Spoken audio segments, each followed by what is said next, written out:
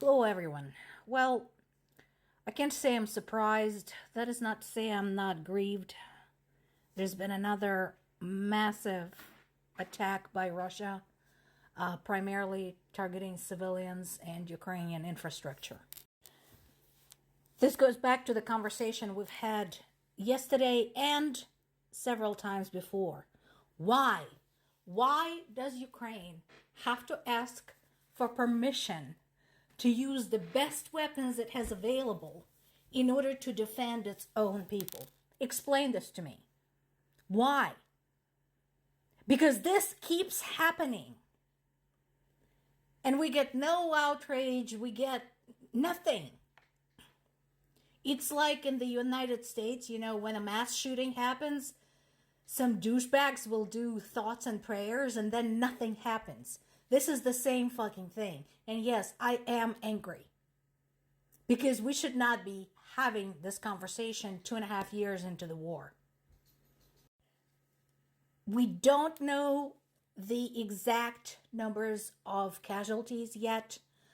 We know what the potential targets were, as I said. The targets included cities and the power grid. We know that at least 4 people were dead and there were some power outages, but that is very, very early on, so more to come. Now, I have no doubt that Ukrainian rescue services and utility services are already on site, are already bringing the lights back on, all of that. They've been doing this forever, so I have every confidence in them. What we do know is that more than 100 missiles of various types have been fired and around 100 Shahed drones. So this pattern has been used by Russia before, where there would be kind of a fairly quiet period for maybe a couple of weeks while they're gathering up weapons. And thanks to their friends in China and Iran and North Korea, they get their stuff in and then they bring it crashing down on the heads of Ukrainian civilians. Ukrainergo, the electrical company, had to run some rolling blackouts, in addition to the blackouts caused by the attacks, to compensate for spikes in load in some areas. August in Ukraine is incredibly hot and often very, very dry in a lot of areas. So, as you might imagine, the electricity usage from air conditioning alone is pretty high. So, I don't even know when is it the worst time to lose electricity, summer or winter. Because in any rate, this is going to affect a lot of people. We also know that dozens of people have been injured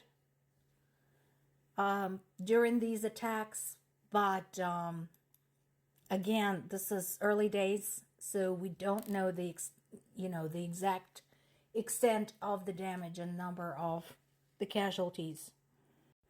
And again, in the Russian tradition, they ran this thing at night. So they waited for people to get home, bring their kids home from school, settle down, and then they started bombing them. I don't know what you guys want to call it. I call it an execution. This is no different than pulling people out of their houses, lining them up next to the wall, and shooting them. This is the same thing.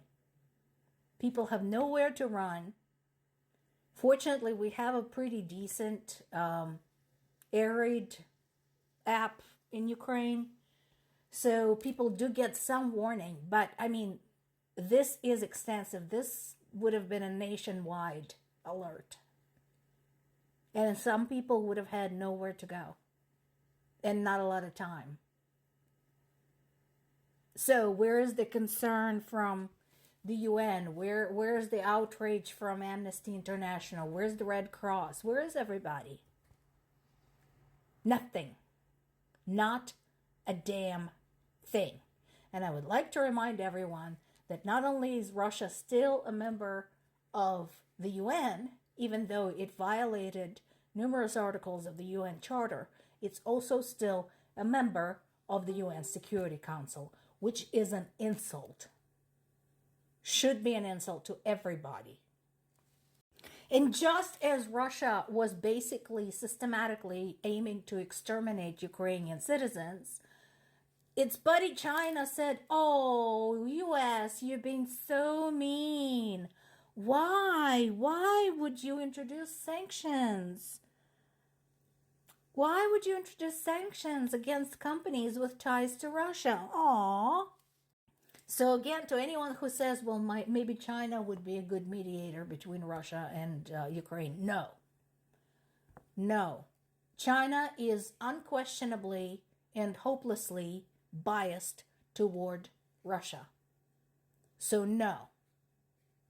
I don't think Ukraine would ever agree to use China as the mediator.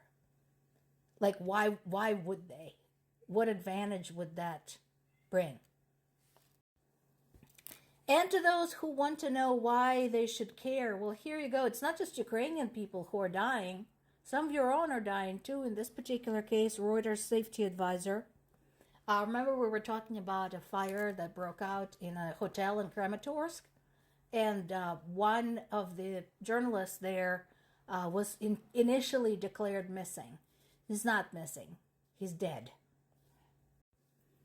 So Ryan Evans, who was a member of the Reuters team, and two of his colleagues there were in that hotel.